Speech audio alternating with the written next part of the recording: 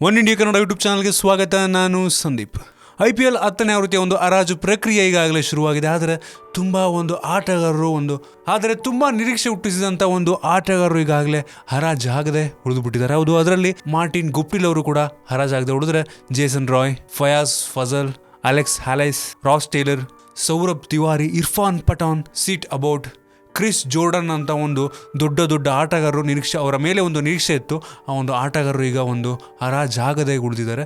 ಸದ್ಯಕ್ಕೆ ಹರಾಜಾಗಿರುವಂಥ ಆಟಗಾರರಲ್ಲಿ ಬೆನ್ ಸ್ಟೋಕ್ ಅವರು ಪುಣೆ ತಂಡಕ್ಕೆ 14.5 ಕೋಟಿ ಮೊತ್ತದ ಒಂದು ದೊಡ್ಡ ಮೊತ್ತಕ್ಕೆ ಹರಾಜಾದರೆ, ಆಂಜೆಲೋ ಮ್ಯಾಥ್ಯೂಸ್ ಅವರು ಡೆಲ್ಲಿ ಡೇರ್ಡೆವಿಲ್ಸ್ ತಂಡಕ್ಕೆ 2 ಕೋಟಿಗೆ ಹರಾಜಾಗಿದ್ದಾರೆ.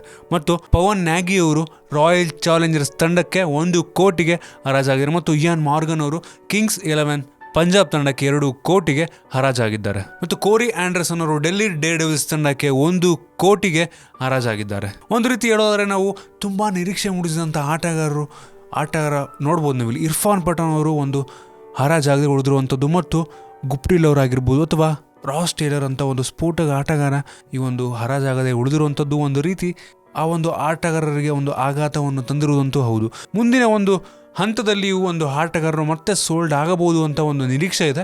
ಕಾದು ನೋಡಬೇಕು ಯಾವ ರೀತಿ ಈ ಒಂದು ಆಟಗಾರರ ಹರಾಜು ಆಗಲಿದೆ ಅಂತ.